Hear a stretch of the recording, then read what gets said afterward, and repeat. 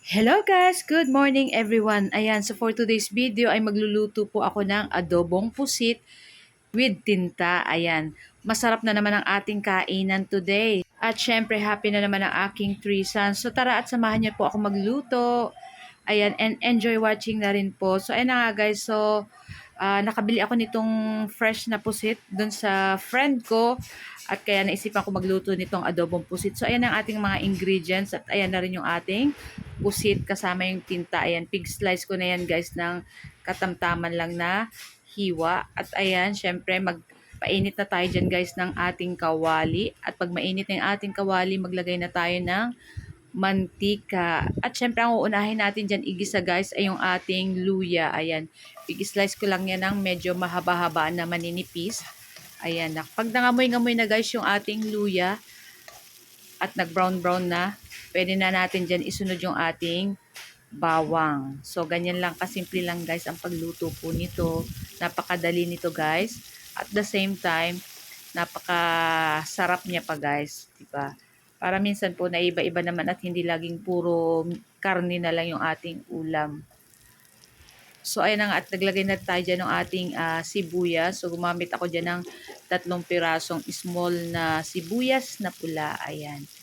So, halu-haluin lang natin yan guys. Ayan, imikos-mekos natin. At pag nag-brown-brown na yan guys, so ganyan na makikita nyo, ilagay nyo na rin guys yung ating kamatis. So, 2 pirasong kamatis lang yung nilagay ko dyan guys. Nako, nangangamoy na guys. And sobrang bango niya gawa ng ating luya. Siyempre may bawang pa. So, naglagay ako ng konting asin na dyan guys para may lasa na yung ating sangkap. And after nyan guys, ilalagay na natin dyan yung ating pusit na pig slice kasama na yung ink o yung ating tinta ng ating pusit. So, hahalu-haluin lang natin yan guys. Yan, ako, ang bango-bango guys, nakakagutom na. At na-miss ko talagang kumain ng ganito guys. Medyo matagal-tagal na rin yung last kong kumain ito. So, ayan na nga guys. So, maglalagay pala ako dyan guys ng paminta, yung durog, saka ng laurel. Ayan. Pampabango palalo yan sa ating adobo. Naku, try nyo to guys lutuin. At nako, ang sobrang sarap nito guys. Talagang nakakaubos ng ilang kanin guys. So, at ayan na nga. At nakalagay na tayo din ng ating pamintang durog at halu-haluin lang natin yan guys. And after nyan guys, maglalagay na rin tayo dyan ng ating soy sauce or toyo. So, nasa inyo po kung gaano karami yung ilalagay nyong toyo. So, kayo na pong bahalang mag-adjust kasi minsan iba-iba naman po tayo ng panlasa. Siyempre, mayroong mataas ang timplada, meron naman na mababa. So, kayo na pong bahalang mag-tansya ng lasa nyo kung gaano karaming toyo ilalagay. So, ayun na nga guys. At maglalagay na nga tayo dyan ng ating toyo. So, naglagay lang ko dyan ng katamtaman lang.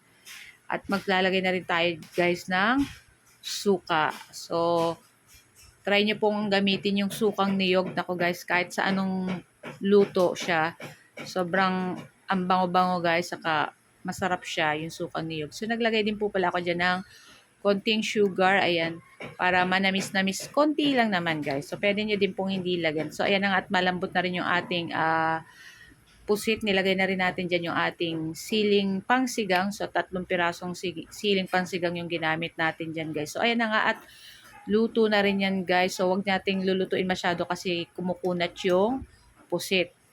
Nagiging goma. So, dapat tansyahin nyo lang po yung pagluto nito. So, itong sa akin, luto na yan guys at papatay na rin natin yung apoy.